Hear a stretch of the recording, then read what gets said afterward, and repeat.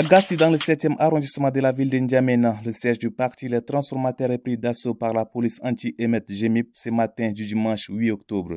Le président du parti, Succès Masra, a annoncé à travers Facebook l'arrestation de 200 de ses militants qui seraient en train de faire du sport.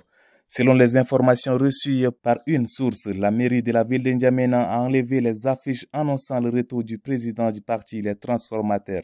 Rappelons qu'il y a en ce moment une grande mobilisation des forces de sécurité intérieure vers les sièges du parti à Abénan et Gassi.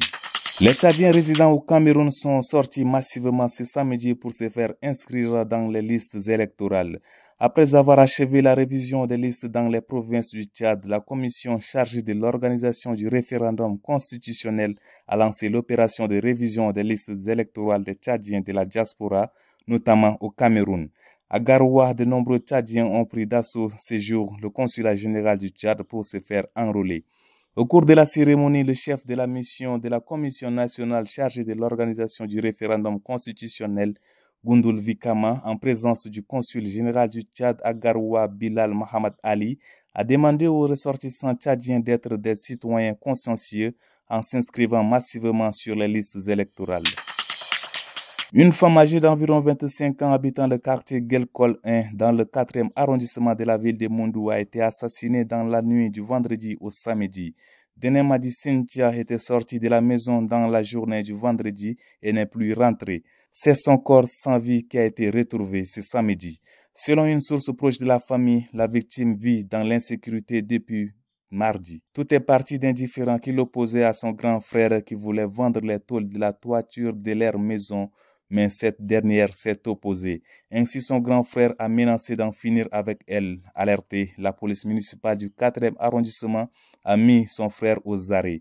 Après 2 jours de garde à vue, la jeune dame est repartie demander la libération de son frère en payant une amende de 12 000 francs CFA.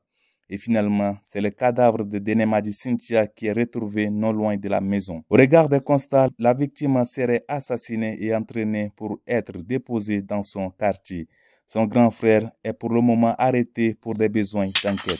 Le premier ministre nigérien Lamine Zen a été reçu ce 7 octobre par son homologue burkinabé Apollinaire Kyeliem de Tembela.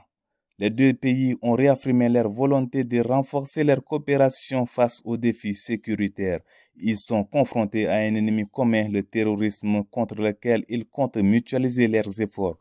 Outre la défense, le Niger et le Burkina Faso entendent également développer les relations dans les domaines économiques et culturels. Ils partagent un destin commun en tant que pays enclavé. Les premiers ministres ont exprimé leur détermination à remettre leur pays sur la voie du développement malgré les épreuves traversées.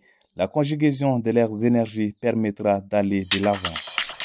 Le président de la Commission de l'Union africaine, Moussa Faki Mahamat, exprime sa plus grave préoccupation au sujet du déclenchement de la guerre israélo-palestinienne aux très graves conséquences sur la vie des civils israéliens et palestiniens et sur la paix dans la région.